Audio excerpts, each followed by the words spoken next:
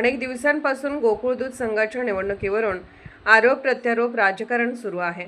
अशात पुन्हा एकदा गोकुळच्या निवडणुकीचा धुळा उडणार आहे। सहकार विभागाकडून निवडणुकीची प्रक्रिया अधिकृतपणे सुरू करण्यात आली आहे।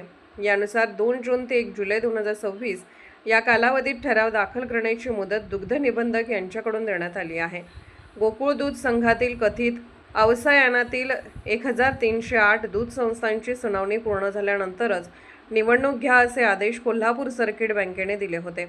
ही चौकशी 80 दिवसात पूर्ण करावी असे आदेश न्यायालयाकडून देण्यात आले होते। जवळपास 800 ते 900 दूध संस्थांनी सुनावणी पूर्ण झाली आहे। येत्या 15 जून पर्यंत ही सुनावणी पूर्ण होण्याची शक्यता आहे। याच दरम्यान सर्वोच्च न्यायालयानेही 90 दिवसांमध्ये निवडणूक घ्या असे निर्देश दिले।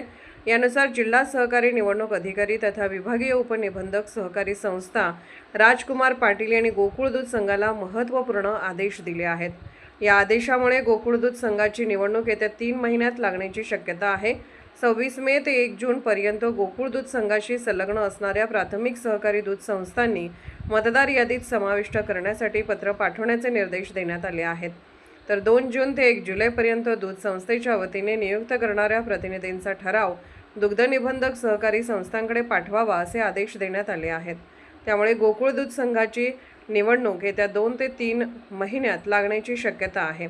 संस्थेने प्रतिनिधी ठराव पाठवल्यानंतर दुग्ध निबंध कार्यालयाकडून प्रारूप मतदार यादी जाहीर केली जाणार आहे। त्यानंतर प्रारूप यादीवर हरकती आणि त्यानंतर अंतिम यादी जाहीर केली जाण्याची शक्यता आहे।